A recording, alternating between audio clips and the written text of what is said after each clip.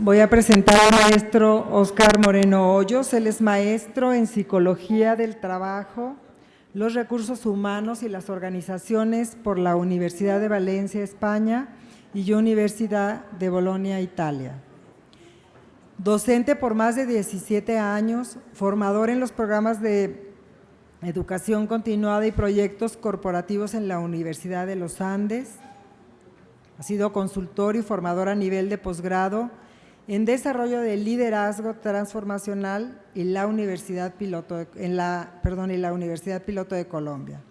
Experto en implementación, diseño y logística de programas de coaching comportamental como herramienta esencial del liderazgo transformacional.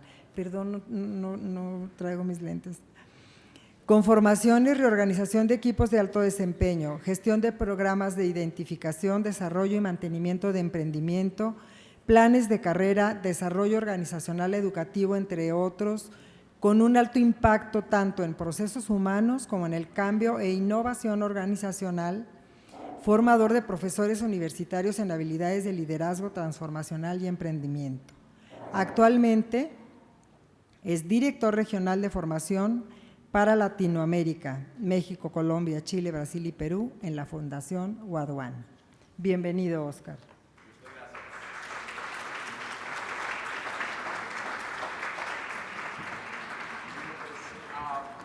Muy buenos días a todos. Yo estoy muy agradecido. Hola, probando. Bueno. Estoy muy agradecido con la Universidad Autónoma de San Luis de Potosí, concretamente con el equipo de trabajo de la Secretaría Académica, por haberme invitado a este gran escenario que comprueba una vez más lo sintonizados que estamos en cuanto a la visión que tenemos de cómo debe ser el profesor universitario ahora y de cara al futuro. Como lo decía la maestra Dolores, yo soy psicólogo y yo siempre estuve curioso sobre el tema del liderazgo. Siempre decía, bueno, ¿qué es liderazgo? Y más que qué es, ¿cómo se desarrolla? Entonces, de eso vamos a estar hablando hoy más o menos por una hora y ya luego vamos a tener una sesión de preguntas que me encantaría las contribuciones de ustedes sobre el tema. Lo que vamos a hacer al principio es dar un recorrido breve sobre todo lo que ha avanzado el tema del liderazgo en el mundo. Es una historia bastante reciente. Entonces, vámonos para allá.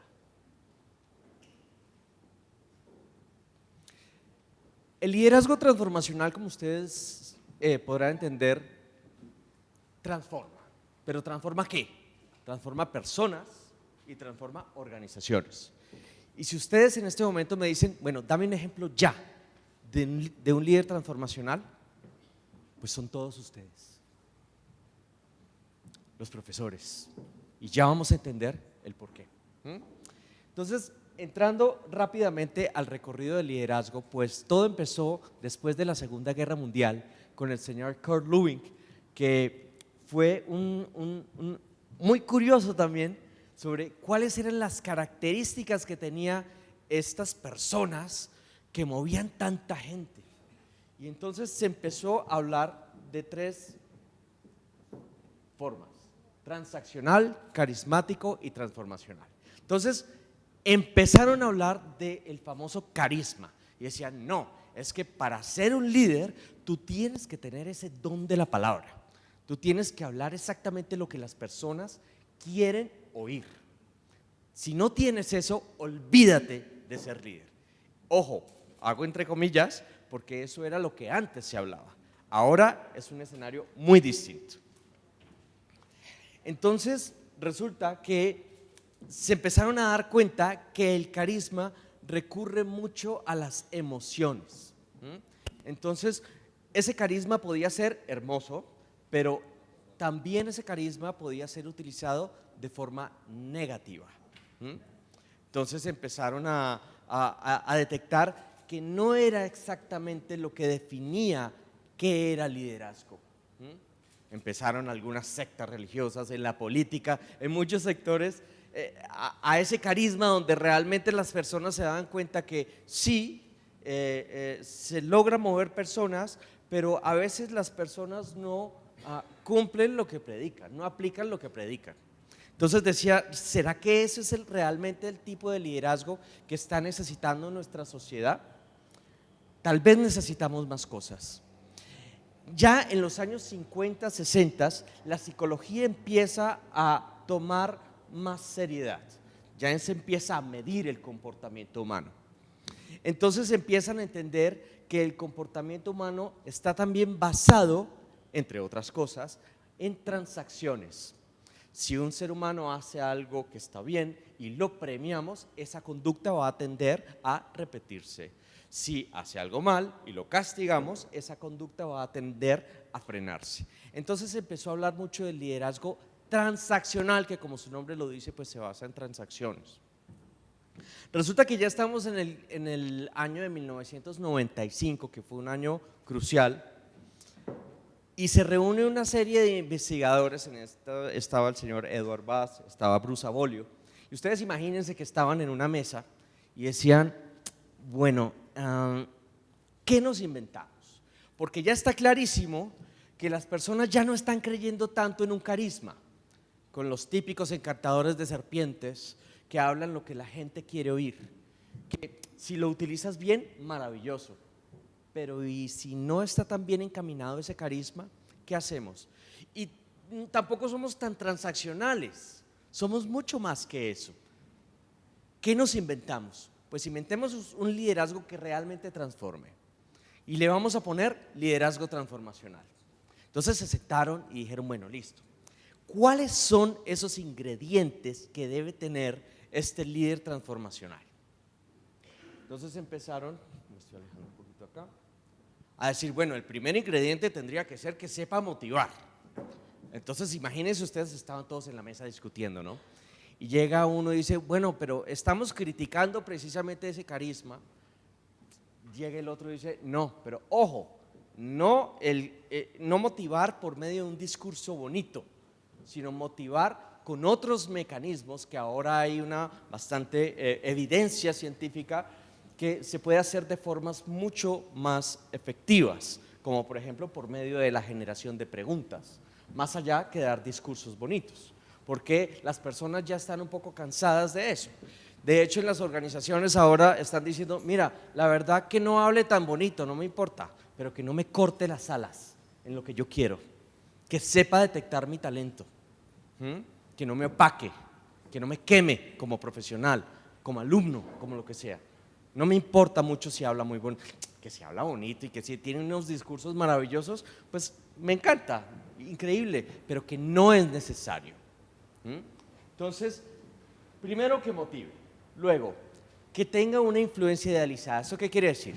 Que la percepción que tengan las personas de ese líder sea positiva. Tercer ingrediente. Digo, aquí empieza la transformación, porque decían, bueno, vale, que la gente perciba positivamente a su líder, bien, que sepa motivar, bien, pero con eso no estamos generando transformación. ¿Qué más tenemos que incluir? Entonces empezamos acá con la consideración individual. ¿Qué es eso? La consideración individual es cuando el líder entiende que para poder transformar tiene que tener muy claro que cada persona tiene una historia detrás. tiene un juego de competencias detrás, un sistema de motivaciones detrás, que lo que motiva a ti de pronto no te motiva.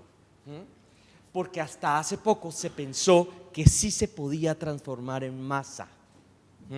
Y hasta hace poco hablo de los 70s, 80s, ¿no? Y muy tristemente a veces en algunas organizaciones todavía seguimos oyendo el mismo cuento de las típicas charlas de motivación y todo ese tipo de cosas, que entre otras cosas pues ya la ciencia está demostrando que no es suficiente para generar transformaciones profundas, que lo que sí hacen este tipo de charlas es que sensibilizan a las personas, pero no generan transformación. ¿Pero por qué sensibilizan? Porque recurren a las emociones, ¿sí? Entonces, de hecho, Hollywood sacó una parodia de eso. Ustedes se vieron la película Yes, con Jim Carrey, que es una película creo que de los 90s, donde precisamente se burlan un poco de ese afán nuestro de generar transformaciones en masa. Pues ya se sabe que no se puede generar, que lo único que logran ese tipo de cosas es generar algo que se llama euforia postprograma, que las personas salen muy emocionadas, pero ya luego las emociones, como todos lo sabemos, son volátiles y las emociones pueden llegar a caer. Entonces, por eso se pensó que, hey, sí, estamos transformando, porque antes estaban un poco de esta forma y ahora después de esta charla están de otra forma. Y pues no, así no se generan las transformaciones. Las transformaciones se generan con algo que se llama estimulación intelectual. La estimulación intelectual habla sobre el concepto que se tiene ahora de lo que es inteligencia. Como todas las disciplinas, pues nosotros en psicología también hemos cometido errores. También nos tenemos que retractar porque nos hemos encargado de empapelar a todo el mundo de lo que es y luego tenemos que salir a dar explicaciones de que ya no es así, pero eso es lo bonito del método científico, que continuamente pues estamos aprendiendo, ¿sí? Y la psicología es una disciplina pues muy reciente, ¿sí? Entonces, antes, en nuestro afán de medir la inteligencia humana, en los años 60, ¿sí? Nos encargamos de contarle al mundo que sí se podía medir con el famoso coeficiente intelectual, ¿sí? Entonces, que si yo tengo 108 y tal persona tiene 95, entonces yo soy más inteligente que esa persona, ¿sí? Entonces, pues ya nos estamos dando cuenta que pues así no es tan sencillo. ¿Qué es lo que mide el coeficiente intelectual? Pues habilidades cognitivas, que es uno de los elementos del gran espectro que se llama inteligencia humana. Ya luego en los 90 empezamos a darnos cuenta que estábamos en un error, que la inteligencia no se mide tan fácil como se estaba pensando en los años 60, que la inteligencia es mucho más. Luego viene el señor Goleman, ¿cierto? En el 95 a decirnos un momento, pero esta persona tiene 5 diplomas y es un amargado. Entonces, ¿de qué inteligencia estamos hablando? Si la gente lo evita, ¿sí? Entonces, ¿será que es el que más sepa? Porque es que antes teníamos eso en nuestro discurso general. No, es que tal persona, él es el más inteligente del curso, del salón. ¿Sí? ¿Por qué? Porque es que siempre le va bien en los exámenes. Entonces, en la educación siempre tuvimos eso y ahora, por supuesto, nos estamos dando cuenta que tampoco era por ahí, ¿sí? Entonces, la estimulación intelectual viene de algo muy bonito que se llama economía cognitiva. Esto viene explicado muy bien desde las neurociencias, y es cómo nuestro cerebro, después de miles de años de evolución, logró entender cómo hacer dos o más al mismo tiempo. Nosotros dos al mismo tiempo, las mujeres 7 o 10 cosas al mismo tiempo, ¿no? Esperamos nosotros los hombres en unos otros miles de años de evolución lograr alcanzarlas a ustedes, con lo multitask que son ustedes. Pero lo cierto es que nuestro cerebro llegó, que gracias a todos esos años de evolución, pues nos podemos dar el lujo de hacer 2 cosas al mismo tiempo. Pero la pregunta es, ¿cómo? ¿Cómo hace nuestro cerebro para hacer eso? ¿Cómo creen ustedes? Les pregunto.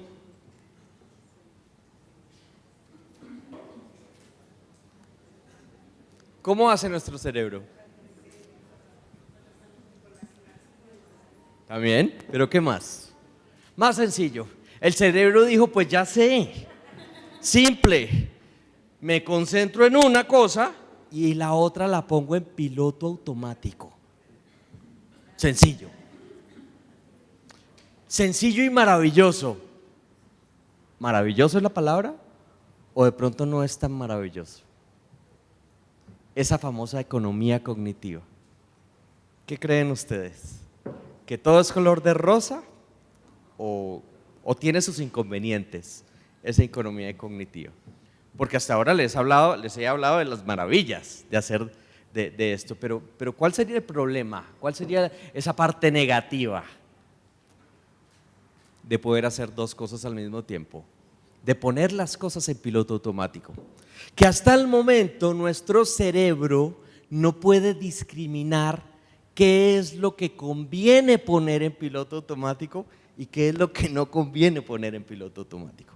El cerebro simplemente entiende, esto se está repitiendo, pongámoslo en la caja de piloto automático, ¿sí? Así nos traiga problemas después, eso sí no es problema mío, lo pongo en piloto automático.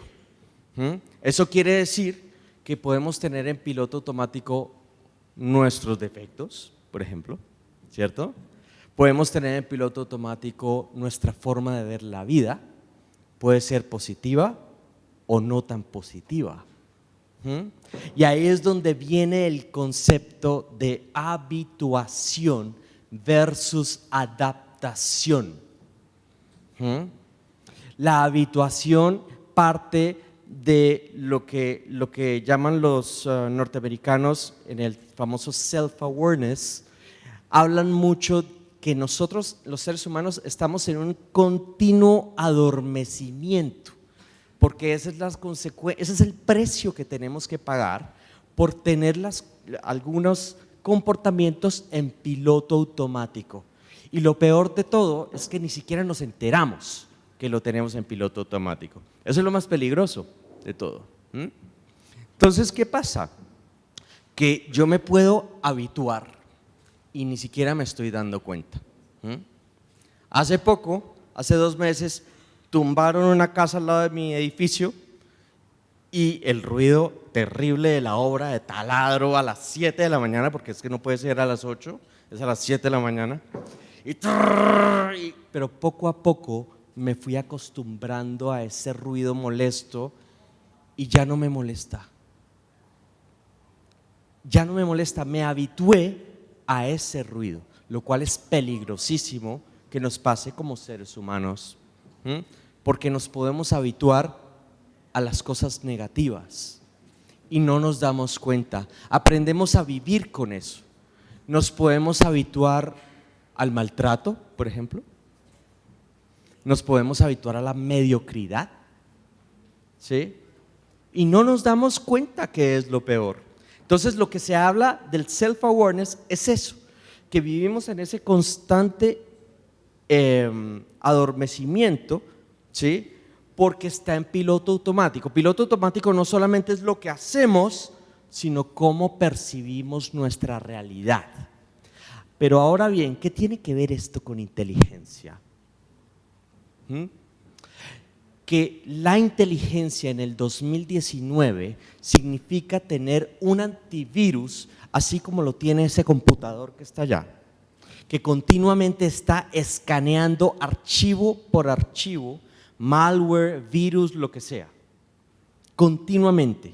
En nosotros es lo mismo, es tener un antivirus instalado que esté en un escaneo continuo. En nosotros no se llama archivo, por supuesto, se llaman creencias, porque esas creencias son las que van a determinar nuestros comportamientos. Y las creencias están divididas en 2: creencias autolimitadoras, que como su nombre lo dice, son las que se encargan de cerrarnos las puertas a nivel social, familiar, académico, sentimental, lo que sea. Y las desarrolladoras, que pues por supuesto todo lo contrario. Entonces, la inteligencia en el 2019 consiste, más allá de lo que sepas, más allá de tus habilidades cognitivas, que es la que mide el coeficiente intelectual, ¿sí? Es vivir en un escaneo continuo de todas estas creencias que determinan esos comportamientos que no te están llevando a ninguna parte, a nivel académico, a nivel laboral, a nivel familiar, a nivel de todo, ¿sí? Entonces, de eso se trata. ¿Cómo ocurre ese proceso de piloto automático? Pues ustedes ya se habrán imaginado con el típico ejemplo de cuando aprendimos a conducir, ¿cierto? Entonces empezamos el primer día como era, así, así, pero todos los días haciendo lo mismo, pues se va, el cerebro dice, esto, piloto automático, ¿listos? Y ya podemos darnos el lujo de estar pendientes de la radio, de si vamos por esta autopista o por la otra, ¿sí? De otras cosas, mientras que otro está nuestra mano en piloto automático, ¿sí? Entonces la pregunta que nos tenemos que hacer es, ¿por qué esto se relaciona ahora tanto con la inteligencia? Porque nosotros cuando nos habituamos, pues como les dije, no nos damos cuenta de eso, ¿sí? Y nosotros nos comportamos de cierta forma que, como está en piloto automático, no nos enteramos y necesitamos que nos sacudan, ¿sí? Algo nos puede sacudir, un evento, ¿sí? Algo que nos pase horrible, que también nos sacuda, ¿cierto? Pero ¿por qué llegar hasta allá, a pagar un precio altísimo para poder llegar a lo que los norteamericanos llaman también ese insight, que es como ese breve momento de lucidez donde me despierto y me doy cuenta en lo que estoy en ese momento haciendo, en lo que me estoy metiendo, en el error que estoy a punto de cometer, ¿sí? Y digo breve porque es muy breve, porque luego, ¿saben qué pasa, no? Nos volvemos a dormir, volvemos a ese estado de adormecimiento en el que nos encontramos todos. Entonces, el líder transformacional, para transformar comportamientos, entiende que los comportamientos están determinados por nuestras creencias y que nuestros comportamientos son automáticos también y que necesitamos sacudirnos para entender las creencias que están detrás. Por eso se habla de estimulación intelectual. Para eso hay una serie de herramientas que ayer tuve el gusto de trabajar con algunos profesores durante toda la tarde, cuando estuvimos como de 4 a 8. Son 3 herramientas que son creencias, consecuencias y competencias. Entonces, haciendo un breve repaso de los ingredientes del liderazgo transformacional, pues está aquí pues, la motivación, la influencia idealizada, la consideración individual, que les conté que pues, es cuando el líder entiende que cada persona tiene una historia detrás, y la estimulación intelectual. Haciendo un poco más de énfasis en la estimulación intelectual, pues entendemos que es el proceso de exploración y de detección de creencias autolimitadoras, emociones, comunicación, conflicto, resistencias, para poder desafiarlas y luego hacer un plan de acción y seguimiento para generar transformaciones sostenibles, por supuesto. Bueno, estos científicos estaban felices, dijeron pues ya encontramos los 4 ingredientes del liderazgo transformacional, ahora tenemos que desarrollarlo, pero ¿cómo? Pues tendremos que medirlo primero. Entonces, ¿qué hacemos? Pues ¿por qué no hacemos unos ítems en cada uno de estos y nos inventamos un test? Y ese test se llama el MLQ, que es el famoso Multi-Factor Leadership Questionnaire, que van a encontrar en todos los papers relacionados al liderazgo transformacional. De ahí sale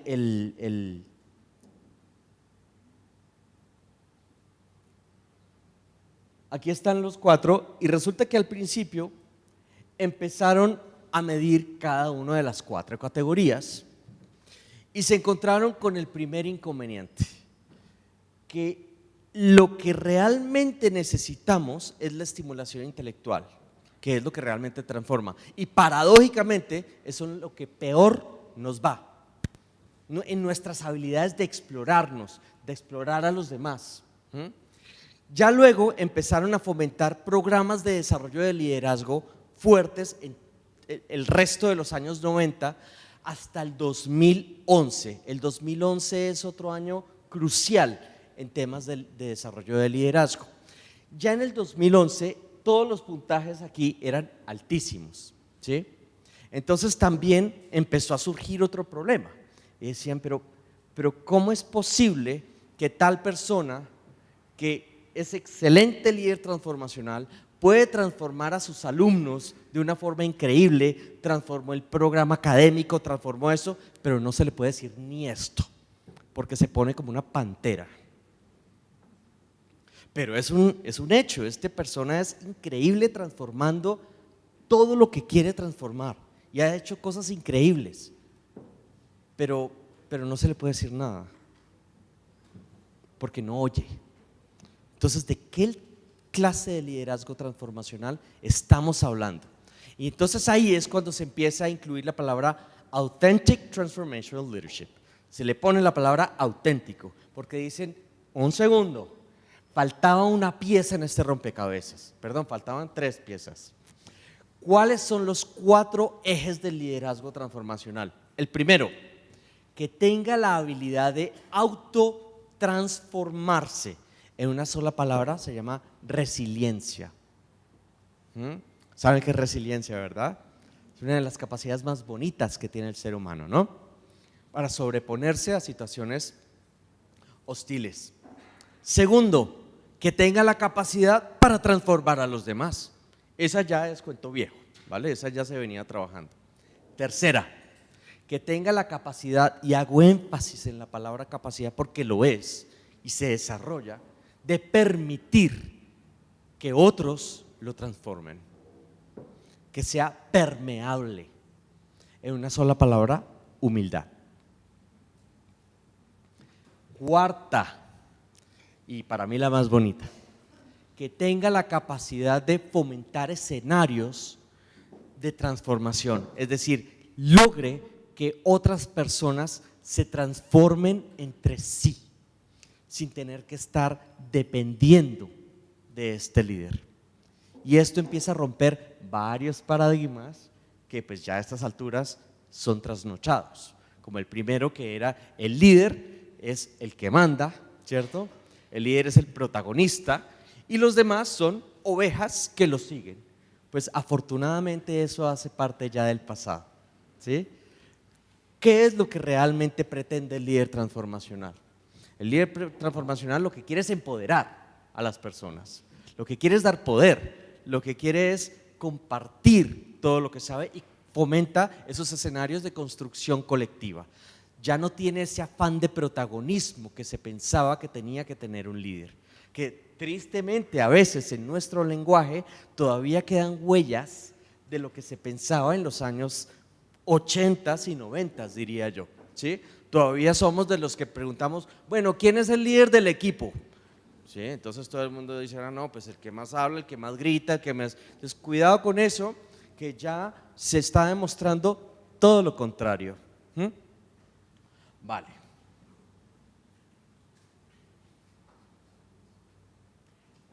Profundizando un poco más en la estimulación intelectual del liderazgo auténtico, es el estado de alerta que debe promover ese líder transformacional.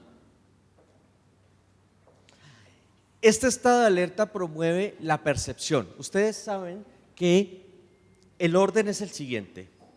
Aquí está el comportamiento, que es lo que yo veo, que es lo que se puede ver en mí, pero este comportamiento está determinado por algo.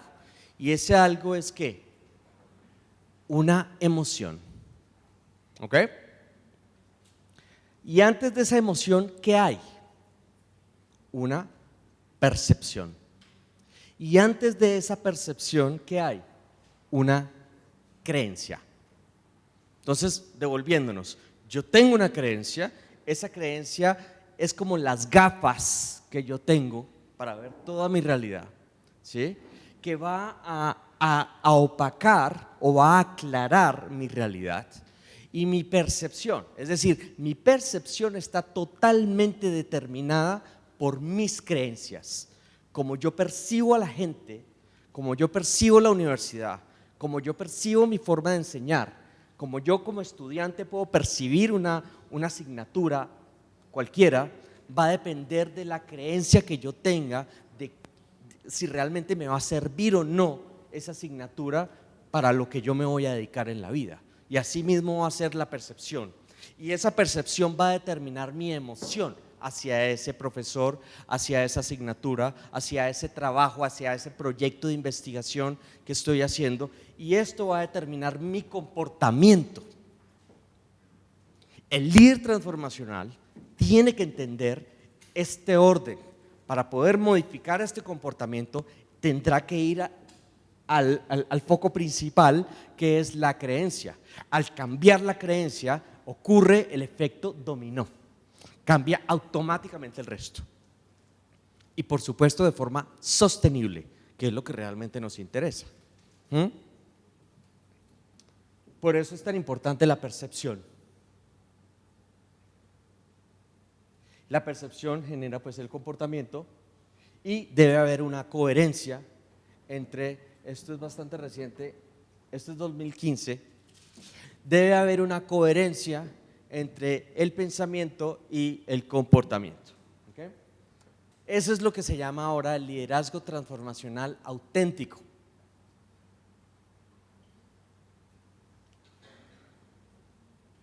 Ahora bien, ya les dije cómo es la forma, pero muchos de ustedes se estarán preguntando, bueno, ya entendimos las maravillas del liderazgo transformacional, pero el paso a paso, ¿cuál sería? ¿Sí? ¿Qué tenemos que hacer nosotros? Porque, y ahora lo empiezo a conectar con el tema de la educación. Yo quiero seguir las mismas palabras que estaban teniendo ustedes dos en el conversatorio sobre el tema de las habilidades humanas. Yo tengo un buen amigo que es profesor de historia y hace como un par de meses nos encontramos y él estaba bastante triste. Nos estábamos tomando un café, me decía, mire, yo estoy tan triste, yo siento que mis alumnos están prefiriendo ver 1000 veces más un documental en History Channel que ir a mi clase. Prefieren ver la serie Roma en Netflix que estar en mi clase oyendo la historia de Roma. Estoy triste porque, y me asusta el futuro. Me asusta porque sé que la tecnología es increíble y siento que no puedo competir con la tecnología. Entonces me siento impotente, no sé qué hacer. Me da miedo que llegue un momento en que pues mira, ya no te necesitamos, ya a los alumnos les vamos a poner estos videos que son atractivos, los videos, y están cumpliendo con la misión de aquellos, óiganlo bien por favor, de aquellos profesores que se limitan a transmitir el conocimiento. Y ahí hacemos la salvedad, ¿sí? Y él decía, pero es que el rol del profesor ahora va a ser más interesante que nunca antes, ¿sí? ¿Por qué? Porque es que ya no somos transmisores de conocimiento, porque eso ya lo está haciendo la tecnología mejor, ¿sí? De hecho ahora se está hablando de aula virtual y desde la Fundación Wadhwani, que es de donde estoy en este momento dirigiendo la parte de formación, pues es que se habla de aula virtual, es decir, a la universidad ya no se llega a adquirir conocimiento como antes. La gente ya tiene que venir con conocimiento, aquí se construye conocimiento, pero tú no llegas a una clase en blanco a oír a un profesor el conocimiento. Entonces, los alumnos tienen que aprender las cosas con su tecnología por aparte en sus casas, pero vienen acá a construir más conocimiento, ¿sí? Esa es la gran diferencia. Entonces, ¿cuál es ese papel del profesor? ¿Sí? El profesor será que tiene que ser, como ya no es transmisor de conocimientos, entonces, ¿qué tiene que ser ahora? Pues ahora tiene que ser el mejor líder transformacional que existe. ¿Y eso a qué se traduce? Tiene que ser el mejor investigador de sus alumnos. Tiene que ser el mejor mentor, el que pueda realmente detectar su talento, el que pueda detectar cuáles son esos comportamientos que no están alineados con lo que realmente sus estudiantes quieren lograr. Ese profesor que tenga ese ojo afinado para detectar cuáles estudiantes están teniendo problemas comportamentales que no están acordes a lo que se quiere, independientemente de lo que sepan o no sepan. Y yo sé que a nosotros en educación nos encanta hablar de gestión por competencias, pero les comento que hay un nuevo ingrediente en la gestión por competencias. Ustedes saben que la gestión por competencias parte de una premisa muy simple. A mayor nivel de desarrollo de la competencia, pues se esperaría un mejor desempeño por parte de la persona, ¿verdad? Pues ahora hay un ingrediente que está justo en la mitad, un ingrediente nuevo. ¿Y saben cómo se llama? Creencias. Exactamente de lo que estamos hablando acá. Es el nuevo ingrediente de la sopa. Les cuento. ¿Por qué? Les pongo un ejemplo muy sencillo. Yo tengo un amigo que si vamos a una reunión, a una fiesta, y si cuenta un chiste, y si se lo celebras, le salen 10 chistes más. Pero si no o sea, si le dices, se paraliza, se bloquea el resto de la reunión. Entonces, ¿mi amigo es creativo o no lo es? Es la pregunta. ¿Dónde está esa competencia que tiene de creatividad, de innovación, de inventarse chistes, de hacer reír a la gente? ¿Cómo podemos tener el poder de opacarle esa creatividad? Simplemente porque no le celebramos el chiste.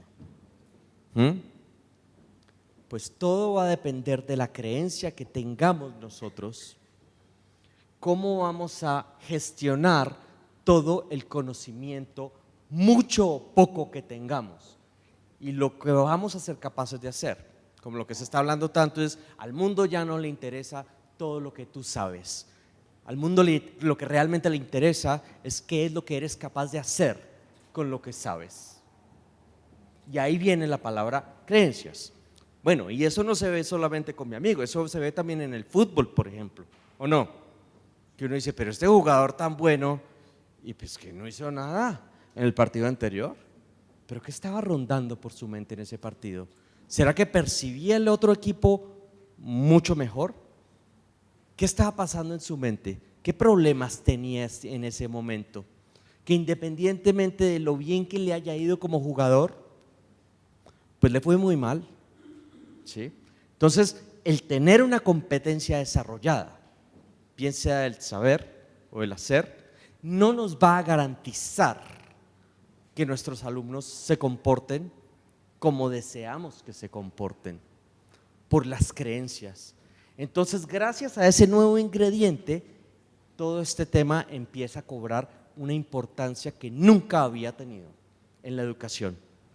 Y los profesores que no estén atentos a cuáles son esas creencias que pueden estar contaminando, que pueden estar perturbando a nuestros estudiantes, que no los motiven, que los lleven a cometer errores a nivel profesional, a nivel ético, en todo nivel, en toda su formación integral, pues no estaremos cumpliendo nuestra hermosa labor en la educación.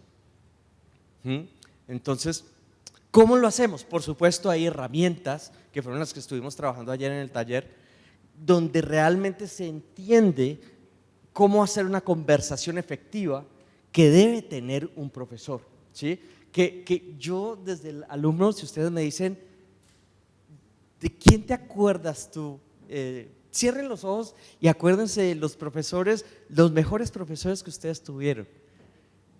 Les aseguro que los primeros que se les vienen a la cabeza son los que no tanto les enseñaron conocimiento, sino con los que tuvieron conversaciones importantes, los que realmente te cuestionaron, los que realmente te hicieron preguntas que te dejaban así, los que realmente te lanzaban a hacer, te retaban, te empoderaban, ¿sí? Esos son los primeros que tenemos aquí en nuestros recuerdos, son los que más conservamos, ¿sí? Por eso el éxito de las películas, como por ejemplo La Sociedad de los Poetas Muertos, ¿se acuerdan de esa película? Pero ¿Qué hizo tan bonita esa película? Pues todo lo que estamos hablando. La forma que él tenía de cuestionarlos, la forma que él tenía de llevarlos, de acompañarlos, que ese trabajo, se los juro, que en el futuro próximo la tecnología no lo va a reemplazar. Y yo creo que va a pasar muchísimo tiempo. Tengo una amiga que es ingeniera de sistemas, y ella me dice, nunca digas nada, pero yo le digo, no, y me rehúso, ¿sí? Lo que estamos hablando es 100% humano, que la tecnología, por más avanzada que llegue, no va a poder hacer lo que nosotros hacemos todos los días con los estudiantes, es acompañarlos en ese proceso de desarrollo, más allá de lo que podamos darles de conocimiento o no, ¿sí? Bueno, entonces resulta que todos estos procesos de liderazgo transformacional pues son costosos,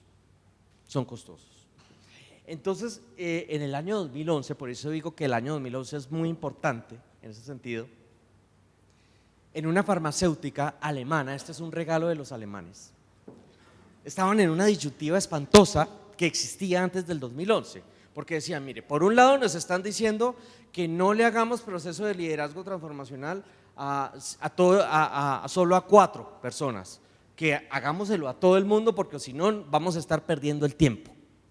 Pero por otro lado, si le hacemos a todo el mundo, pues es que no hay forma posible a nivel presupuestal de hacerlo. Entonces, malo si sí, malo si no. ¿Qué hacemos? Entonces llega uno y levanta la mano y dice, bueno, ¿y por qué no traemos a esa persona a que nos ayude, a que entre nosotros mismos nos transformemos? Entonces dicen, ay, pues por tema de presupuesto tocó, pero el ideal hubiera sido que esa persona le hiciera este tipo de conversaciones de liderazgo transformacional a cada uno de las personas. Y oh sorpresa, como dice una colega mío, fue un accidente científico, fue como la penicilina. Empezaron a descubrir, claro, la motivación fue dinero, pero eso no fue nada comparado a lo que empezaron a descubrir. Cuando empezaron a formarse ternas, ¿sí? Y en esas ternas había 2 coaches y un coachee que trabajaban herramientas de liderazgo transformacional con la otra persona, independientemente de la jerarquía que hubiera, ¿sí? Las conversaciones eran mucho más poderosas que si hubieran traído a alguien experto. Esto lo puede explicar mucho mejor un psicólogo social, pero lo que sí les puedo contar ahora es que era porque ellos decían, pero ¿cómo es posible que personas que no tienen ese entrenamiento están teniendo conversaciones mucho más efectivas que teniéndolas con otras personas más? Decía, claro, lo que pasa es que cuando tú conoces a tu par, ¿sí?, tú puedes generar preguntas mucho más poderosas que otra persona, ¿sí?, independientemente de la experiencia que se tenga. Entonces de ahí surge el famoso PTC, el PTC, que es el Peer Team Coaching, que aquí pues habla sobre varias ventajas. Una de ellas es, pues trabaja los 3 ejes de liderazgo transformacional. ¿Se acuerdan que era la capacidad de autotransformarme, la capacidad de transformar a los demás, permitir que me transformen?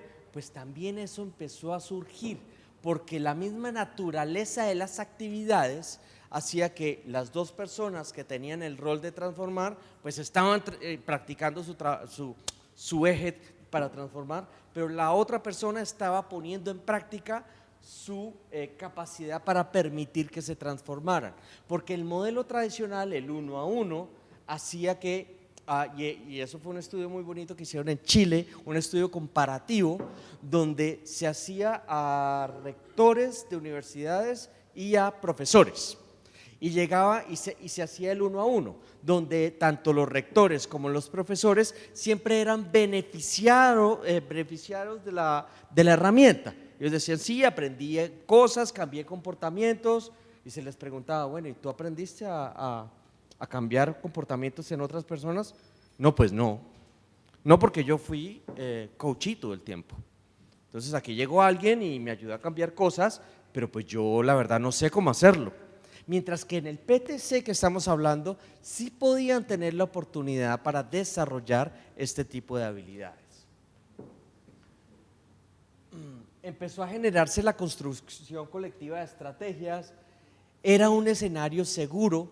Y escenario seguro, ¿por qué? Porque rompe otra mala práctica que a veces se suele hacer todavía en el 2019, y es que los procesos de coaching, procesos de liderazgo transformacional, a veces se suelen poner como para las personas conflictivas, ¿sí? Entonces en los pasillos dicen, no, tal persona no, es como un poquito conflictiva, deberían llevarlo a ese tipo de cosas. Entonces como que se veía como un castigo, ¿no? Como que las ovejas negras llévenlos a este taller para que mejoren, y no, el PTC lo que hace es incluir a todo el mundo. Todos estamos en un escenario de transformación. Por supuesto, habrá personas más conflictivas que otras, pero que sí nos juntábamos todos, ¿sí? Se hizo un pilotaje muy bonito en Colombia en el 2010, donde se junta rector, personal administrativo, profesores, algunos alumnos, y se hicieron estos modelos de PTC. Ustedes saben que nosotros los profesores tenemos unas creencias autolimitadoras muy fuertes, sobre todo por ejemplo, muchos profesores decían, bueno, yo hago coach a mis alumnos, pero yo no voy a permitir que ningún alumno me haga a mí ningún coaching de nada. No voy a permitir que me hagan herramientas a mí. O sea, yo transformo con todo el gusto del mundo, pero a mí no me transforman nada, porque yo llevo 25 años dictando clases. ¿Listos? Entonces, claro, empezamos a decir, bueno, un momento, pero es que estas herramientas son multiusos. ¿Por qué? Porque empezamos a trabajar con los profes, a identificar comportamientos que no estaban alineados con la misión, la visión de la universidad, con sus formas de enseñar, con sus formas de preparar las clases, pero al mismo tiempo ellos estaban preparándose para aplicarlo con los chicos en sus clases, ¿sí? Entonces eso fue increíble, porque ya primero eran beneficiarios, pero también estaban practicando hacerlo con sus propios chicos. Y ahí es donde se retoma lo que está proponiendo la Universidad de Londres, que es la nueva forma de ver el counseling, la famosa consejería estudiantil, que en la forma tradicional pues es el típico consejero donde llegan los 5 estudiantes conflictivos, problemáticos, con bajo rendimiento académico, y el consejero lo que hace es tener una intervención uno a uno con esas personas. Lo que está haciendo la Universidad de Londres es exactamente esto, es decir, un momento, lo que vamos a hacer es PTC con todos los estudiantes, y vamos a fomentar en que todos los estudiantes se ayuden entre sí en equipo. Entonces desvanezcamos un poco el modelo tradicional, y ¿por qué no proponemos este nuevo? Resultados increíbles, y eso es un paper del 2017, ¿sí? Donde se aplica este tipo de herramientas en los estudiantes, y aparte de todo, los estudiantes están aprendiendo a tener conversaciones mucho más efectivas. La vez pasada estaba con el director de recursos humanos de Nestlé y me decía, claro, excelentes ingenieros químicos, excelentes administradores, pero ustedes en la academia, ¿por qué no los enseñan a tener mejores conversaciones? ¿Ustedes por qué no los enseñan a trabajar mejor en equipo? ¿Ustedes por qué no les enseñan esas habilidades? Nos los están entregando, por supuesto, con mucho conocimiento, pero acá se requiere otro tipo de cosas. El conocimiento ya está todo en Google.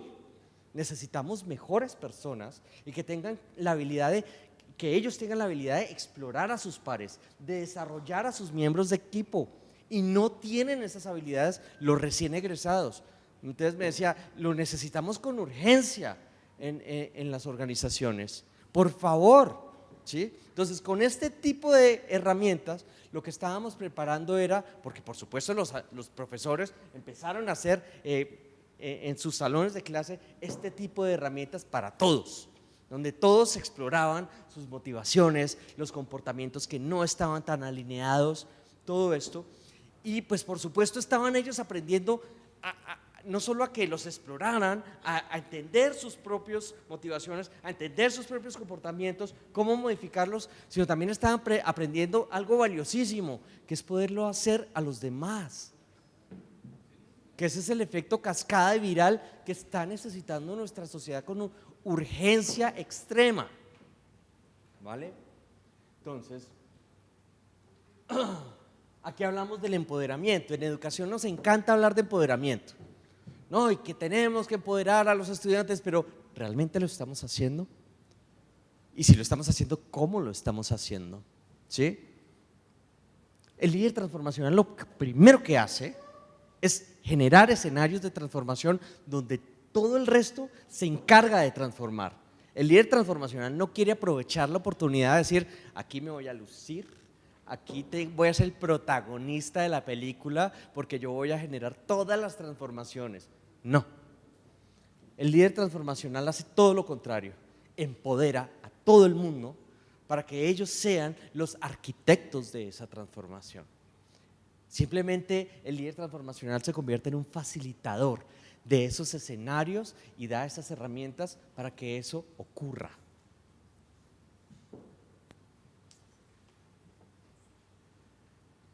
Bueno, esto lo paso rápido por el tiempo que…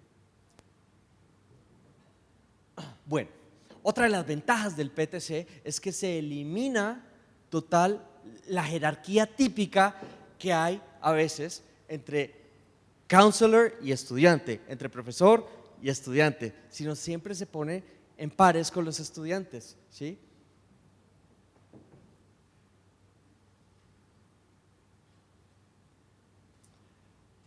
Finalmente, perdona, ¿cuánto tiempo?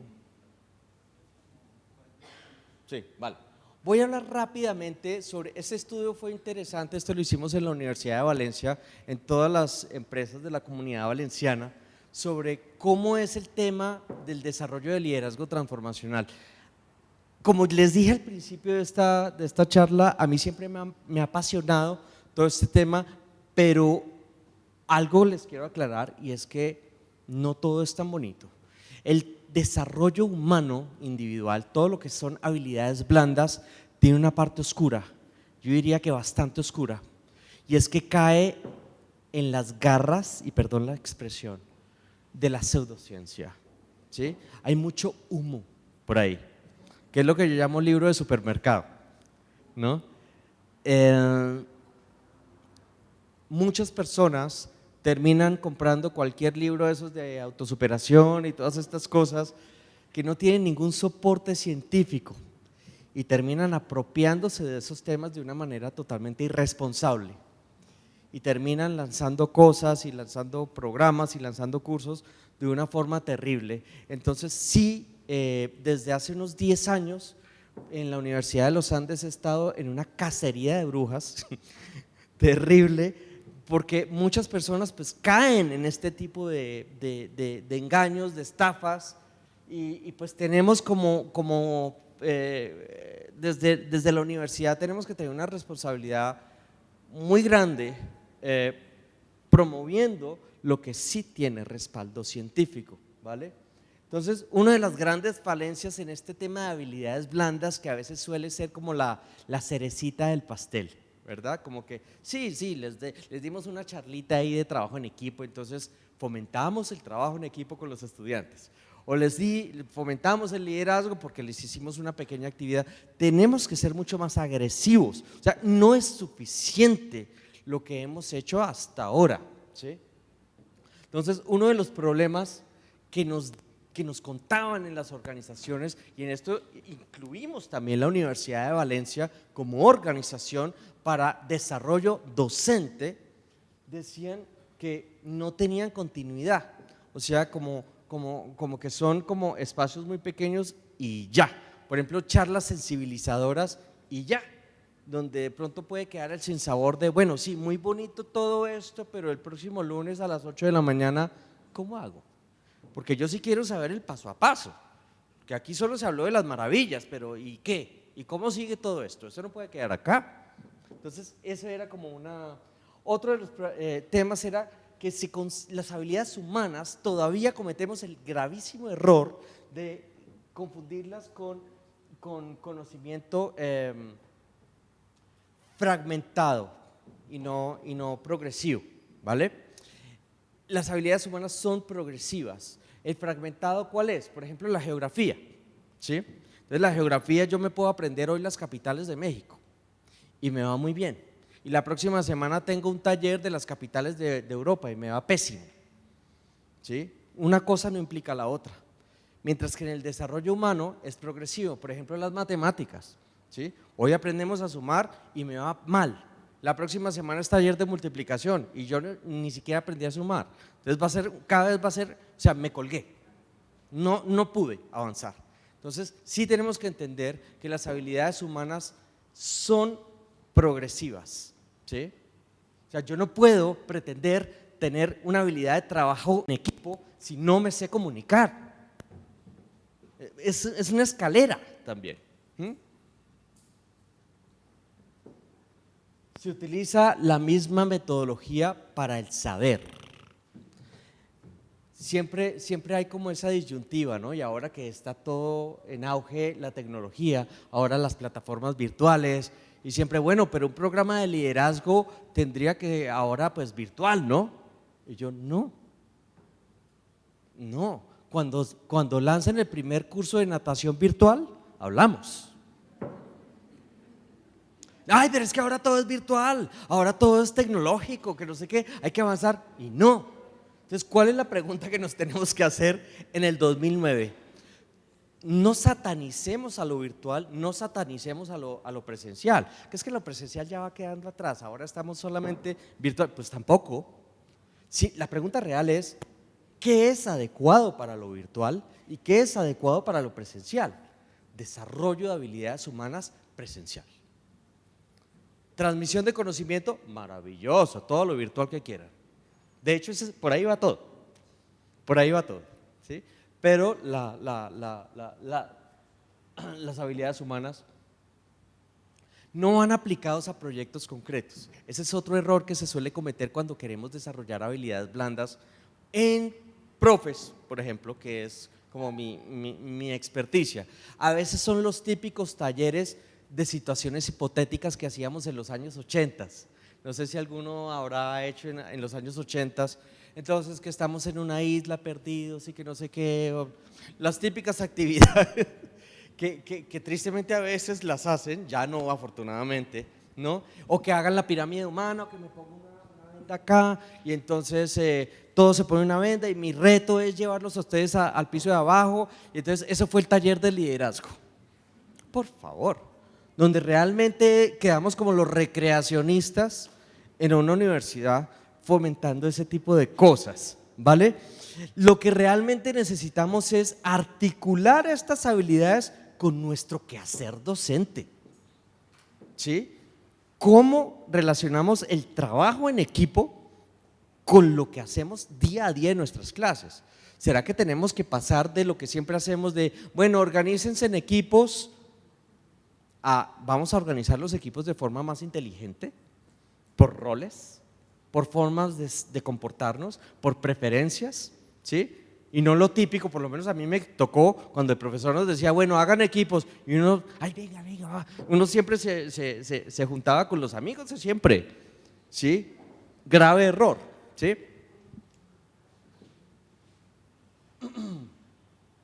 Es muy corto este tipo de cosas.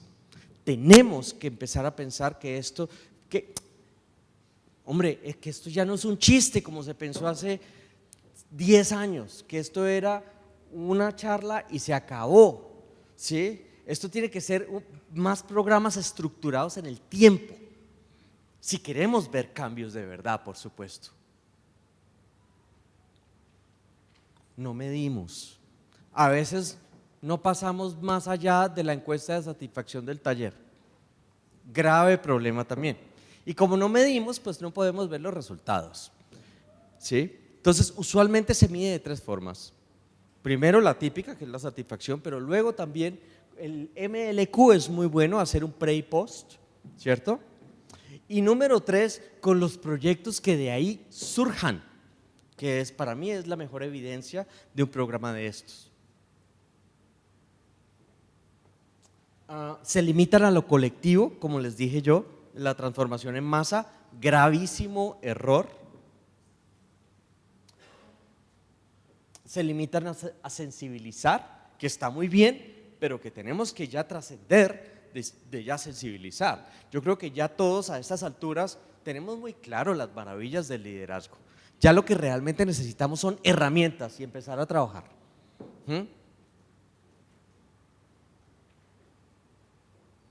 Todavía hay muchos sesgos para conformar grupos y esto viene mucho, el liderazgo antes era propiedad de las ciencias económicas y administrativas, porque antes se pensaba que el liderazgo, líder igual jefe, ¿cierto? Líder igual cúpula, pues ya no es así, por supuesto, pero pues las ciencias económicas y administrativas empezaron a decir todos los temas de liderazgo los debemos manejar nosotros porque nosotros somos los que administramos las organizaciones. Pero luego la psicología dice, pero un momento, esto también es de nosotros, porque si el liderazgo transforma, y si transforma ¿qué? Comportamientos, y la transformación comportamental es de la psicología, entonces ven, esto también es mío también. Entonces, antes, y no sería raro que todavía digan, bueno, pero este programa de liderazgo es solamente para los directivos, ¿cierto? O en una empresa esto solamente es para los gerentes, esto es para… No. Este tema es para todo el mundo, personal administrativo, para todos los profesores, para todo esto, ¿no? ¿Cómo es un modelo de programa de liderazgo transformacional para los profes? Los profesores deben tener dos tipos de habilidades de transformación: transformación individual y transformación colectiva. Recuerdan que al inicio de esta charla les dije, el liderazgo transformacional transforma personas, pero que no se limita a la transformación de personas, también va a la transformación colectiva. Cuando hablo de transformación colectiva, hablo de transformación de procesos, hablo de transformación de equipos de alto desempeño, ¿sí? Y eso es uno de los errores comunes, que a veces nos limitamos solamente a la transformación personal y descuidamos el resto, o al contrario, que es lo que se habla tanto en gestión del cambio, ¿sí? No, vamos a transformar estos procesos y a veces descuidamos las creencias que están reinando en cada uno de los actores de ese cambio. Y después nos pegamos contra las paredes y decimos, pero ¿qué pasó? La gente, ¿por qué no está adherida a estos nuevos cambios? Es que no entendimos realmente qué es lo que tenían en sus cabezas. Entonces el líder transformacional, y ya con esto voy terminando, para generar cualquier tipo de transformación, pues lo primero que tendrá que hacer es fomentar escenarios de exploración, enamorarse de los problemas, ¿sí? Este programa se hizo también para los profesores de la Universidad de los Andes en Bogotá, en Colombia, y se aplicó de dos formas. Primero, esta ruta que les voy a decir, la aplican ellos en cada una de sus asignaturas, independientemente de su disciplina. Al principio los profesores decían, bueno, pero un momento, yo soy diseñador gráfico, yo no sé qué estoy haciendo en un curso de liderazgo, la verdad. O sea, ¿qué hago yo acá? ¿Qué tiene que ver esto? ¿Sí? Entonces, debe ser muy bueno fomentando grupos focales de exploración para poder entender qué es lo que hay que transformar. Luego también debe fomentar esos escenarios de construcción de soluciones, pero resulta que como esas transformaciones no las hace el líder transformacional necesita un ejército de personas para que elaboren esa transformación. Pues esos ejércitos se llaman equipos de alto desempeño. Eso quiere decir que tiene que ser experto diseñando, construyendo y manteniendo equipos de alto desempeño, que son los que realmente van a terminar haciendo esas transformaciones. El número 4 es esa transformación personal, ¿sí? Ustedes se preguntarán, pero ¿por qué aquí? Porque si esto lo ponemos en una línea de tiempo, y si esto más o menos se puede hacer en un año, ¿por qué eso tan tarde? La parte humana, la parte… ¿no? Porque resulta que al principio todos estamos contentos con una transformación, todos queremos transformar, todos que sí, que sí, que sí, pero durante el tiempo empezamos a entender que algunas transformaciones ya no nos convienen tanto. Nos van no me gusta, yo estaba acostumbrado a la tecnología anterior, no me gusta tanto lo nuevo en ciertas cosas, no me gustan algunos cambios en el currículo, no, ya no me gusta tanto la idea que nos transformemos, ya no me conviene tanto, ¿sí? Entonces ahí es donde empiezan a surgir las resistencias al cambio y ahí es donde el líder transformacional debe caer inmediatamente con sus herramientas para detectar esos comportamientos que podrían estar saboteando todo el proceso de cambio, todo el proceso de transformación de cualquier proceso que se lleve a cabo en la institución. Y finalmente, unos grupos focales de seguimiento, que es donde realmente digamos que es una versión en miniatura de todo esto, porque las soluciones que generemos aquí, pues en ningún momento son garantía que van a servir. Eso solo nos lo dirá el tiempo y las circunstancias. Entonces tenemos que luego comprobar si nos está yendo bien o mal. Eso es básicamente la ruta que incluye habilidades de transformación colectiva, pero también habilidades de transformación personal, ¿sí? Entonces, para ir concluyendo, pues yo creo que queda más que claro el rol que debe tener el docente, sobre todo aplicando esto con los estudiantes. Esto es metodología Stanford, por ejemplo, ¿no? Ustedes saben que en Stanford, por ejemplo, un profesor es de los que llega a la clase el primer día y dice: buenos días, estudiantes, yo me voy de vacaciones 3 semanas, yo tengo unas plantas muy bonitas en mi casa, necesito que se inventen algo que riegue las plantas cada 5 horas. No tengo electricidad, o sea, que no requiere electricidad. Entonces, pues ahí les dejo la tarea, la biblioteca está abajo y nos vemos en un mes para las entregas. Chao. Esa es la clase. Todo el mundo se queda. ¿Y ahora qué? ¿Sí? Entonces, precisamente lo que está promoviendo Stanford en este momento es este tipo de herramientas que les sirve a los chicos para que ellos empiecen a fomentar estos escenarios de exploración, de enamorarse del problema, de aquí poder identificar las causas raíz y los factores de mantenimiento de X problema independientemente de la disciplina, sea investigación-acción, de cualquier línea de investigación de una universidad. Pues los estudiantes a veces no saben gestionar estas herramientas, por supuesto colectivas, que son herramientas caóticas, ¿cierto? Porque por supuesto son herramientas participativas, incluyentes, democráticas, pero tienen el gran precio que hay que pagar, que es el caos. Y los estudiantes no los estamos formando para este tipo de herramientas que son urgentes en un proceso de investigación, que son urgentes en cualquier tipo de proyecto que se quiera proponer en la asignatura, en la materia, no sé cómo se dice aquí, ¿sí? Entonces, los profesores entendían cómo aplicar este tipo de herramientas en sus asignaturas.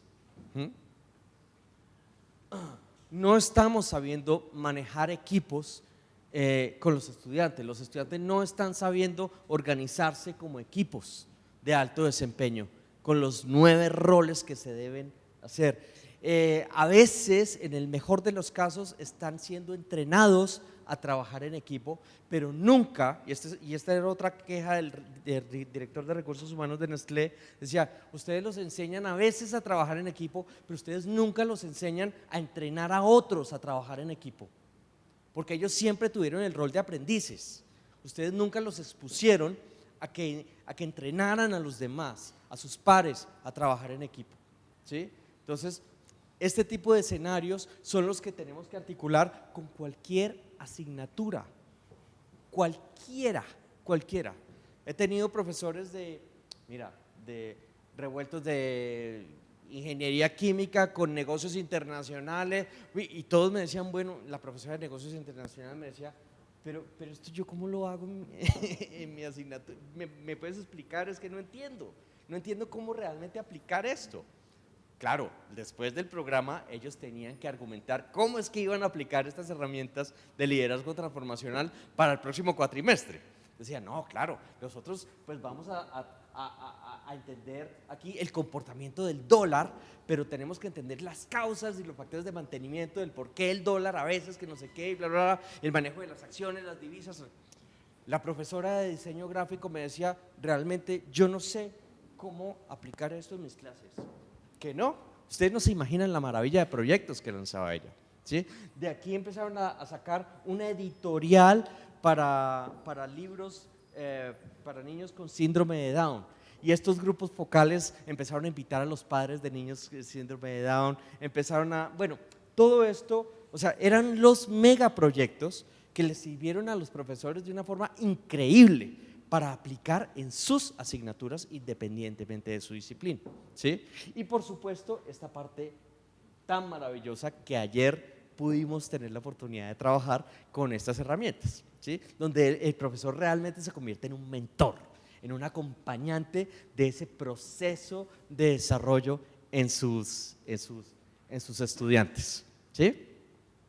Entonces, bueno, básicamente yo sí quisiera oírlos ahora, qué inquietudes pueden tener sobre las correlaciones que pueden existir entre liderazgo transformacional y educación, correlación entre liderazgo transformacional y empoderamiento, correlación entre liderazgo transformacional y clima estudiantil, desempeño estudiantil, correlaciones infinitas pueden encontrar en las bases de datos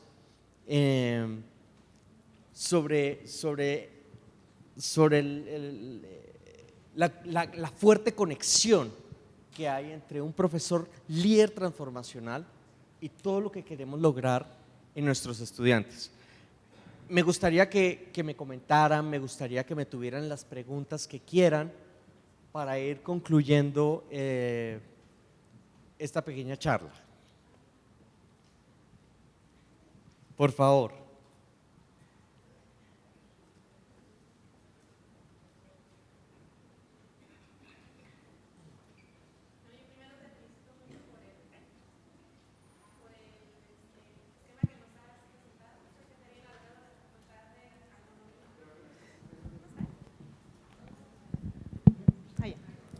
Bueno, que lo felicito mucho por la experiencia que nos ha compartido. Realmente uno piensa que está trabajando bien en equipo y cuando ve esto, ve todo lo que puede uno crecer. Y nosotros venimos de una formación antes de los 80, yo egresé en el 80, y luego participamos en un proceso de investigación en diferentes instituciones donde era duro. Estaba el líder que decía que se hacía y uno hasta como investigador lo que hacíamos, ¿verdad? Y después nos empezaron con la venta de proyectos y uno tenía que aportar su talento. Cuando yo entré a la universidad dije, pues suficiente, 28 años fuera, regreso a la universidad porque ya sé. Y me encuentro ahí con un modelo nuevo que para mí ha sido muy enriquecedor, un modelo basado en el aprendizaje, no en la enseñanza, no en lo que el maestro sabe, sino en lo que los jóvenes necesitan aprender. A mí ha sido una evolución muy, muy importante y este tipo de experiencias a nosotros nos enriquecen mucho más de lo que estamos trabajando y nos hace ver de que pues, las posibilidades son tanto como la imaginación nos lo permita, ¿verdad? En lo particular sí pienso que hay mucho por avanzar, sí debemos de trabajar en equipo, incluso con los mismos, estamos trabajando en equipo en la reestructuración de todos nuestros programas educativos, en la de la maestría, en la del doctorado, de las licenciaturas, pero mucho más entender que el trabajo de equipo va más allá de solucionar o entregar un protocolo o un expediente o un programa, sino del alcance que pueden tener en los resultados de la vida de los jóvenes. Si nosotros preparamos a esos jóvenes para enfrentarse y tener resiliencia, porque ahorita todo su mundo de ellos es muy diferente al nuestro, los esquemas de trabajo ahora son cambiantes, están 2 años en un trabajo, al año siguiente se van a otra empresa, a los 3 años ya están en otra, es increíble cómo se mueven ahora los jóvenes y también la diferencia de oportunidades que nosotros teníamos a las que ellos tienen. Ellos ahora tienen que buscar sus oportunidades. A nosotros cuando egresamos nos contrataban porque estaba la plaza, porque había necesidad de esos y ahorita no, ellos tienen un mundo tan competido que si nosotros desde cada una de las materias les inculcamos ese liderazgo, pienso que van a ser mucho más formados, más que incluso los conocimientos en el contexto de la materia que damos, las capacidades que ellos pueden adquirir de trabajo y las habilidades para trabajar en equipo se me hacen muy importantes. Y lo felicito mucho por su presentación.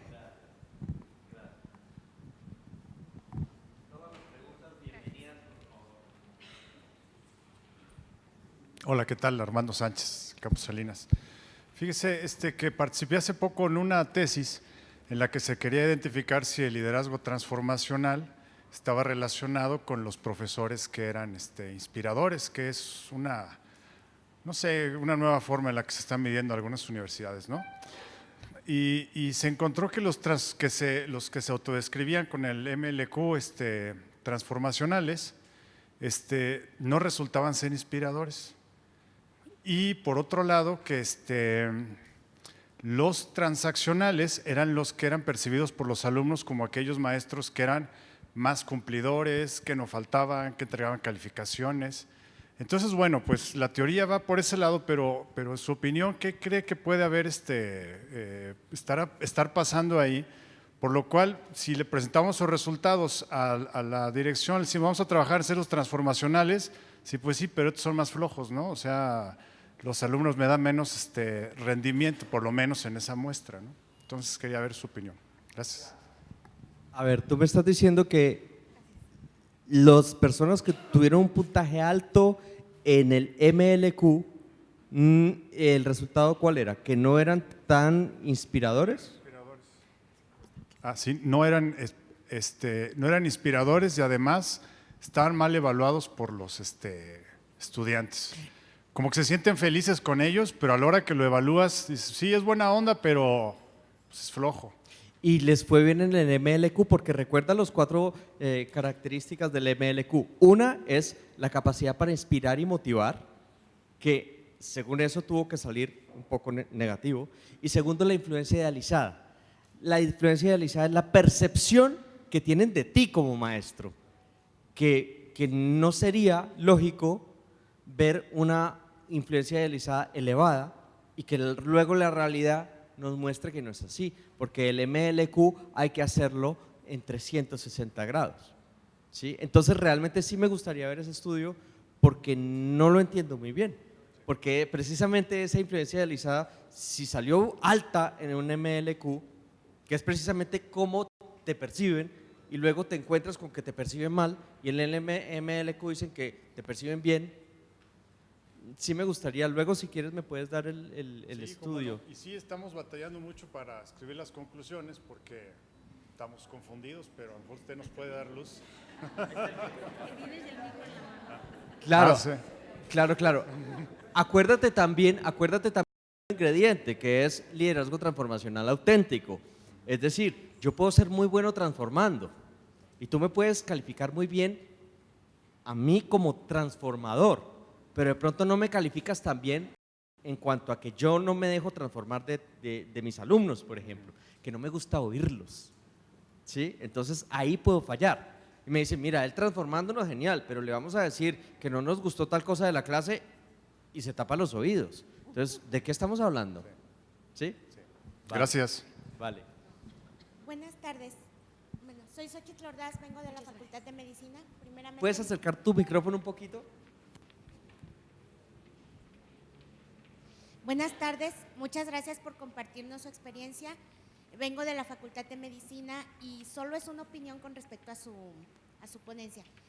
Yo considero que para el profesor universitario de repente sí es muy difícil lograr hacer que el alumno tome su papel como líder. Y creo que hasta cierto punto debe de ser un trabajo personalizado para tratar de saber qué son las cualidades, todas las aplicaciones que puede tener al alumno en cuanto a sus habilidades, su pensamiento, y tratar de hacer un trabajo interdisciplinario en lo que es la industria, la escuela, la familia, porque también, bueno, lo poco que puedo decir de la pedagogía, todo este sistema de formación de líderes se debe de aprender desde los años primarios, desde la educación básica. Entonces también sería un gran una gran aportación si en la escuela básica o la educación básica da esos patrones de conducta a los niños, porque de repente sí, para el profesor universitario, el cambiar toda una ideología que ha tenido desde su hogar, desde los 2, 3 años, a los 18 y a los 25 como máximo, y en esos 4 años que están en su educación profesional, que busquen una situación de estudio para investigación, estudio para el desarrollo profesional. Entonces sí son muy difíciles y muy cortantes las pautas de conducta de cada alumno para lograr hacer que él sea un verdadero líder. Y ahora sí que para nosotros lograr esas metas que nos impone el nuevo sistema de educación de la universidad, no lo veo imposible, pero lamentablemente sí lo veo algo difícil. Entonces sí necesita mucho trabajo, mucha aplicación y de ambas partes, ¿verdad? Alumnos, maestros y ahora sí que hasta del hogar de los alumnos, que aunque ya están un poco independientes muchos, de todas formas sí necesitan mucho del apoyo de su familia y de la comunicación, de lo que están aprendiendo a lo que pueden desarrollar en su hogar y en la industria o en el trabajo colectivo. Mil gracias por tu aporte y sí quería complementar algo. Sí es muy difícil, pero no es imposible. Mira que lo que la psicología antigua nos contaba, ustedes saben que la psicología estaba, la antigua, estaba muy enfocada a la niñez, ¿no? Como todos tus patrones, todo lo que aprendiste desde pequeño, pues ya estás condenado a seguir con todo eso y así quedaste, ¿no? Pero lo que se está sugiriendo en la nueva evidencia científica es que las creencias son muy movibles, es decir, nacen, ¿sí? Mueren también, se fortalecen o se desvanecen, ¿sí? Entonces, por supuesto, los patrones de crianza son creencias que están muy fuertes, pero que en ningún momento puede ser una excusa para decir, no, ya no hay nada que hacer acá. Inclusive nuestras formas de enseñar, ¿sí? Nuestra forma de hacer pedagogía, nuestra forma de preparar las clases, puede ir modificándose independientemente de los años que llevemos haciéndolo. Entonces, que no es fácil, por supuesto, pero que no es imposible. Por favor.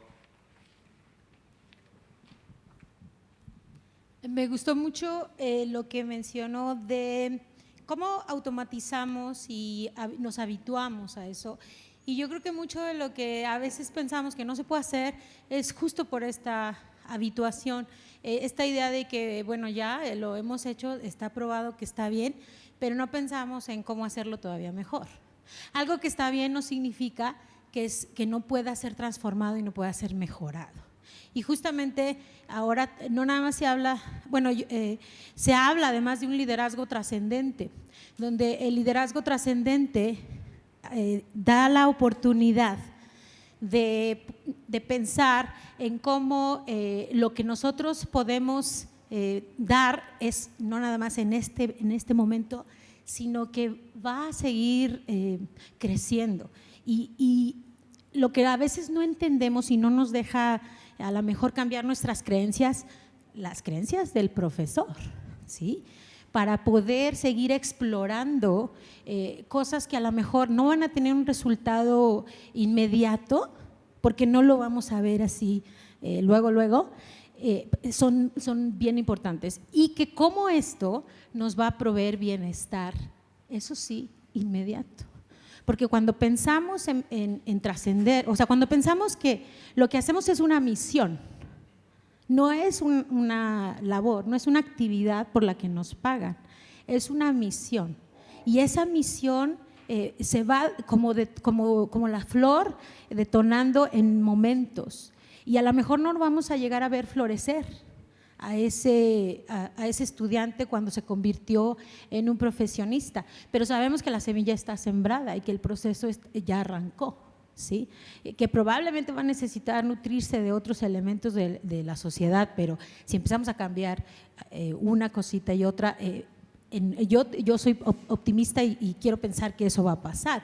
Y yo soy psicóloga también y me encanta que ahora la psicología ya no solo piensa en lo que está mal con las personas, sino que piensa en lo que está bien y cómo lo potenciamos para que se siga detonando y podamos tener, no nos quedemos en ese modo zombie, así le digo yo, esa automatización es el modo zombie. Me lo voy a robar. Y podamos llegar a florecer, ¿no? Llegar a que lo que nosotros dejamos trascienda y no nada más trascienda en una persona, porque esa persona significa otras personas que están en sus ambientes.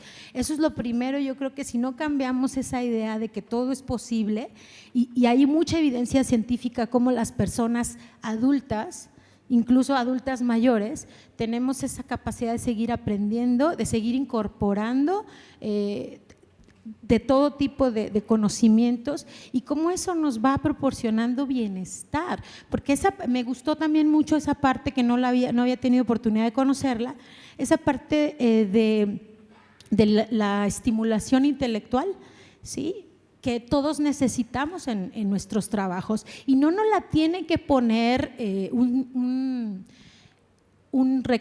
rector, por ejemplo.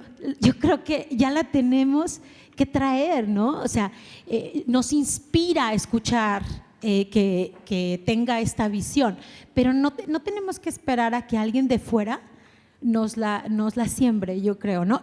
Está muy, muy vinculada con el bienestar. Hay muchos estudios que hablan de cómo cuando nosotros nos sentimos útiles, nos sentimos productivos, ponemos nuestro talento al servicio de los otros, nos sentimos bien, sentimos que la vida vale la pena, evitamos la depresión, evitamos el estrés, ¿no? Entonces, a veces no pensamos, no volteamos para allá, ¿sí?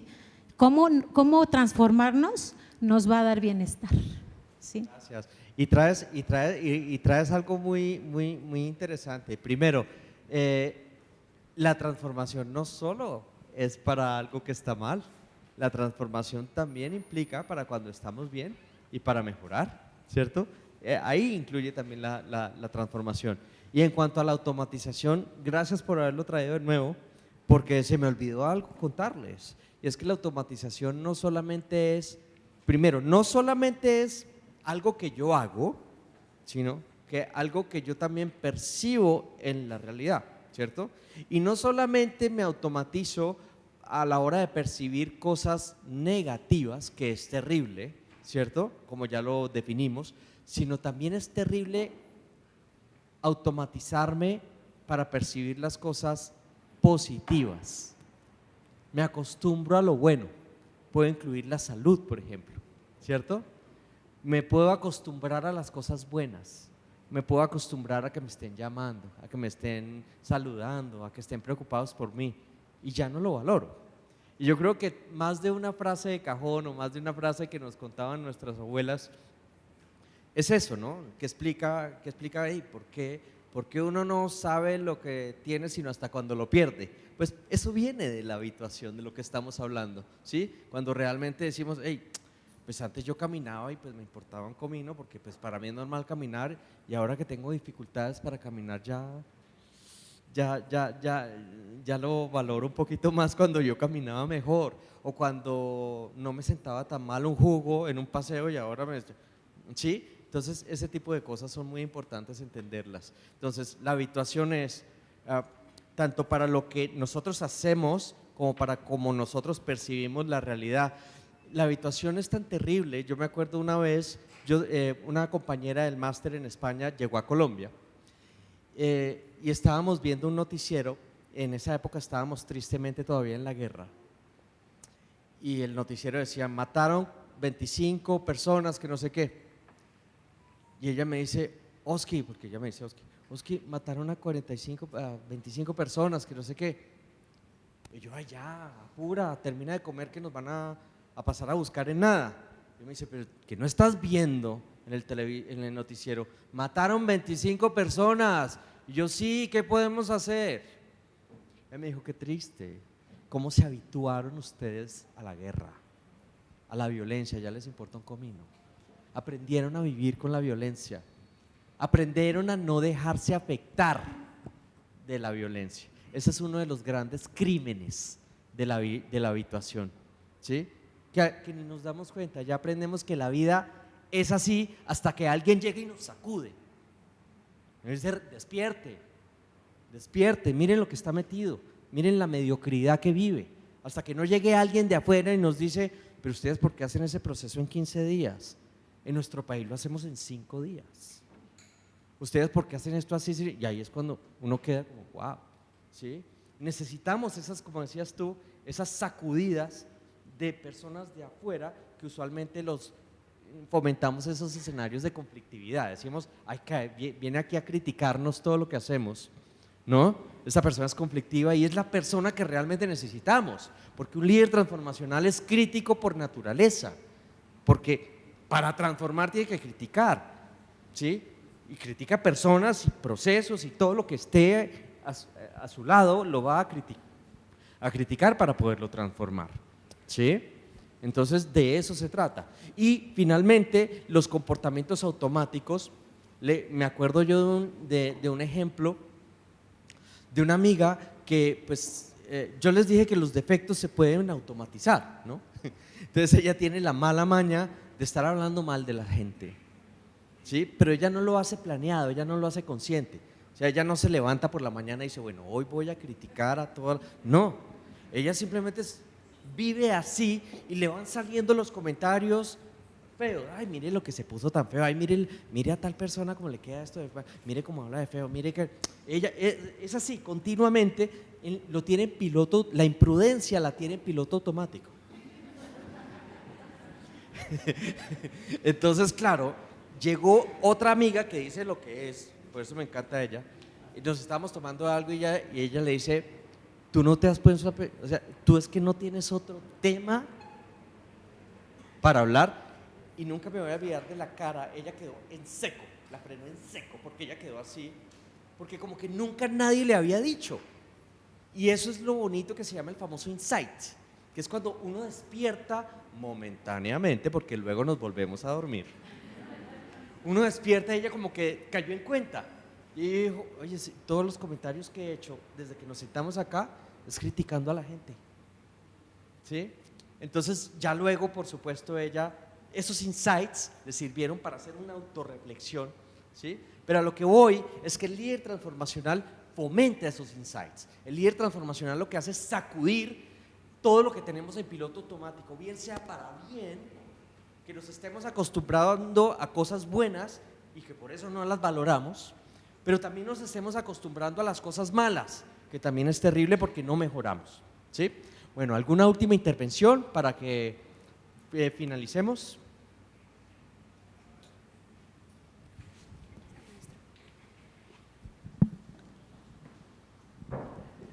Es tan difícil creer en la transformación,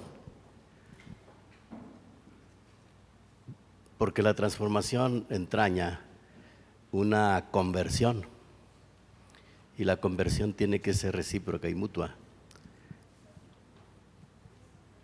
Hay muchas vías y caminos para ir cambiando, pero transformación a mí se me antoja como que una montaña muy escarpada y difícil, porque no nos hemos acostumbrado, por ejemplo, a convivir. La convivencia es una factura pendiente que tenemos los adultos y que promovemos tanto en nuestros estudiantes, en nuestros hijos. Todas las ideas de el liderazgo transformacional son excelentes, pero sí creo que habría que hacer hincapié en algo que dijiste en relación con creencias, en relación con esos soportes fundamentales que nos llevan a impulsarnos a ser osados y a atrevernos, sobre todo para el encuentro con los demás. Los docentes no estamos particularmente abiertos a la convivencia entre pares. Somos verticales, traemos el libretito ya preparado, a excepción de que la mayoría de aquí no esté en esas condiciones. Yo hablo un poco de mi experiencia. Y entonces, estar de par es hacer a un lado el rol de autoridad pedagógica y colocarse bien frente al otro. El otro significa todo para mí en este sentido, pero yo creo que sí tenemos que darnos una gran sacudida primero, una gran sacudida y una enmienda profunda que yo llamaría de metanoia, de conversión profunda. Y eso haría que nuestro discurso entrañara más congruencia, más consistencia. Somos tendientes a ver los defectos, a hablar más de la gente. Los mexicanos tenemos el gusto olímpico por hablar mal de los demás. Hay estudios sobre eso, incluso. Pero también somos personas que nos abrimos a los demás. Ojalá y que los docentes estuviéramos en la disposición de hacerlo con mayor autenticidad y ver que los valores no son más que referentes pragmáticos que tienen lugar en el momento en que nos relacionamos con los demás, y dependiendo de cómo seamos, ahí está el meollo de la transformación. Muchas gracias. Yo creo que por eso acabas de argumentar muy bien por qué todo este tema de transformación ahora está relacionado con ser inteligente. Por eso mismo, porque no es un chiste lo que estás diciendo, porque es realmente difícil poderme autotransformar. Poder transformar a los demás es lo más fácil comparado a permitir que me transformen. Y para eso se requiere, no hay otra palabra que inteligencia. Es eso. Y trayendo a colación lo que está diciendo de las creencias de los profesores, ¿sí? Por ejemplo, en los grupos focales que estábamos hablando ahora, los profesores le temen a fomentar ese tipo de escenarios, porque hay una creencia que reina en la mayoría de los profesores y es: ¿yo cómo me voy a exponer? O sea, ¿qué van a pensar de mí si yo hago un grupo focal sobre mi clase, por ejemplo, sobre cómo mejorar la clase? ¿Qué van a pensar de mí? Los estudiantes van a decir: este es tan mediocre que nos tiene que estar preguntando cómo mejorar la clase. Si fuera realmente bueno, ni siquiera nos preguntaría, simplemente la dicta. Entonces, por supuesto, yo no me voy a meter a esa camisa de 11 varas donde me voy a someter al escrutinio de mis estudiantes a que me critiquen mi forma de enseñar. Por lo tanto, voy a evitar este tipo de escenarios. Esa es la creencia más criminal que puede existir en la docencia, una de las tantas. Y nosotros odiamos ese tipo de escenarios, ¿sí? Y por supuesto está comprobadísimo lo contrario. La percepción de los estudiantes después de estos escenarios son muy positivas, cuando se empodera a los estudiantes a construir una mejor clase, ¿sí? Bueno, mis estimados profesores, yo les agradezco muchísimo por haber asistido a esta charla. Espero que se hayan llevado algo de toda esta conversación y pues nada, mil gracias y que sigamos participando en toda esta serie de eventos, ¿vale? Muchas gracias.